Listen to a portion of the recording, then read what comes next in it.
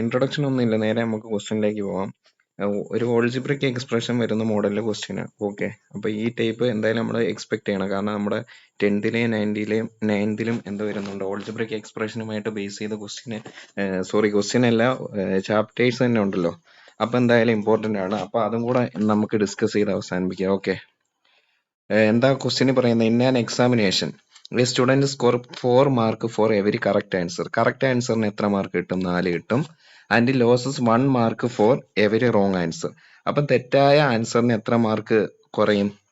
1 mark. കുറയാന്ന് വെച്ചാൽ നമ്മുടെ ഉള്ള മാർക്കിൽ നിന്ന് 1 കുറയും. അത് മൈനസ് ആണെന്ന് ഓർക്കുക. കിട്ടുകയാണെന്ന് വെച്ചാൽ എന്താ? Plus, positive. മനസ്സിലായില്ലേ? മാർക്ക് ഗെയിൻ ചെയ്യാന്ന് വെച്ചാൽ പോസിറ്റീവ്, നമുക്ക് ഇങ്ങനെ കൂടിക്കൊണ്ടിരിക്കും. മാർക്ക് ലോസ് ചെയ്യാന്ന് വെച്ചാൽ നമ്മുടെ കയ്യിൽ നിന്നുള്ള മാർക്ക് എന്ത് ചെയ്യും? പൊയ്ക്കൊണ്ടിരിക്കും. Wrong answer.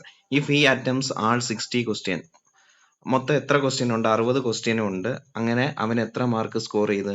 130 മാർക്ക് സ്കോർ ചെയ്ത്. അങ്ങനെയാണെങ്കിൽ the number of questions he attempts correctly is, അവൻ കറക്റ്റ് ആയിട്ട് ചെയ്ത ക്വസ്റ്റ്യൻ എത്രയാണെന്ന്. ഓക്കെ, ഒന്നുമില്ല, അറിയാത്ത കാര്യമാണ്. കറക്റ്റ് ആൻസറിന് ഞാൻ എക്സ് എന്ന് പേര് കൊടുത്ത്. ഓക്കെ, കറക്റ്റ് ആൻസറിന് എന്താ പേര് കൊടുത്ത്? എക്സ് എന്ന്. എൻ്റെ കയ്യിൽ 5 മഞ്ചുണ്ട്. ഓക്കെ, 2 മഞ്ച് ഞാൻ കഴിച്ചു, ബാക്കി എത്ര മഞ്ച് കാണും? 2 മഞ്ച് ഞാൻ കഴിച്ചു, ബാക്കി എത്ര കാണും? 5 - 2 3 കിട്ടും. ഇവിടെ കറക്റ്റ് ആൻസർ ഞാൻ എത്ര എണ്ണം എഴുതി? എക്സ് എണ്ണം എഴുതി. മൊത്തം എത്ര ക്വസ്റ്റ്യൻ ആണ്? മൊത്തം 60 ക്വസ്റ്റ്യനാ. അപ്പൊ ഇൻകറക്റ്റ് ആൻസർ എത്രയായിരിക്കും?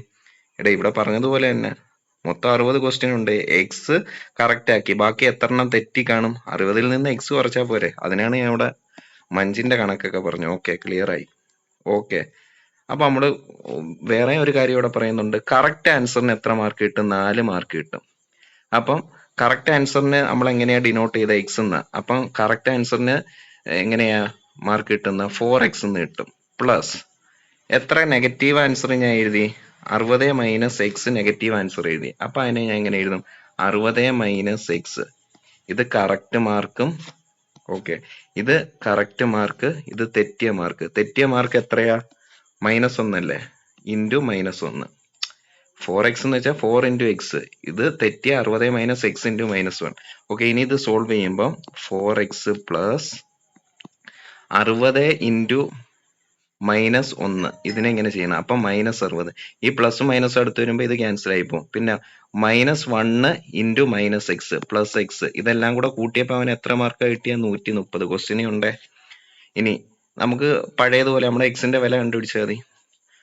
4x-ഉം 1x-ഉം കൂടെ കൂട്ടുമ്പം 5x - 60 = 130. ഓക്കെ, അങ്ങനെയാണെങ്കിൽ നമ്മളെ പണ്ടത്തെ പരിപാടി 5x = 130, 60 അപ്പുറം പോകുമ്പോൾ പ്ലസ് ആവും.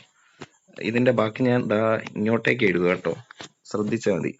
ഓക്കെ, 5x = 190 എന്ന് കിട്ടും. x = 190 divided by 5. ആൻസർ നമുക്ക് ഡിവൈഡ് ചെയ്ത് നോക്കുമ്പോൾ 38 എന്ന് കിട്ടും. എത്ര കിട്ടും? 38. ഓക്കെ, ഓപ്ഷനിൽ 38 ഉണ്ടോ എന്ന് നമുക്കൊന്ന് നോക്കാം. ഉണ്ടല്ലോ, ബി ആണല്ലോ 38. So correct answer 38. നിങ്ങൾക്ക് ഓൾജിബ്രിക് എക്സ്പ്രഷൻ ചെയ്തത് മനസ്സിലായെന്ന് വിചാരിക്കുന്നു. കറക്റ്റ് ആൻസറിനെ ഞാൻ എക്സ് എന്നാണ് പേര് വിളിച്ചത്. മൊത്തം 60 ക്വസ്റ്റ്യൻ ഉണ്ട്. അപ്പം തെറ്റിയത് എക്സ് എണ്ണം. 50 ക്വസ്റ്റ്യൻ ഞാൻ കറക്റ്റ് ആക്കിയ, ബാക്കി തെറ്റിച്ചത് എത്രയായിരിക്കും? 60ൽ നിന്ന് 50 കുറച്ചാൽ പോരെ. അതേ ഒരു ലോജിക്ക് നമ്മൾ ഇവിടെ എടുത്ത. നിങ്ങൾ 9ാം ക്ലാസ്സിലും 10ാം ക്ലാസ്സിലും ഒക്കെ നിങ്ങൾ ചെയ്തിട്ടില്ലേ ഓൾജിബ്രിക് എക്സ്പ്രഷൻ? അത് തന്നെ. ഓക്കെ, സിമ്പിൾ ആണ്. നിങ്ങൾ ഒന്നും കൂടെ അഥവാ ഡൗട്ട് ഉണ്ടെങ്കിൽ ഒന്നും കൂടെ റിപ്പീറ്റ് അടിച്ച് കേൾക്കുമ്പോൾ ഓക്കെ ആവും. Okay, clear. ഇതും ഒന്ന് കണ്ടിരിക്കുക, ഇമ്പോർട്ടന്റ് ആണ്. ഓക്കെ.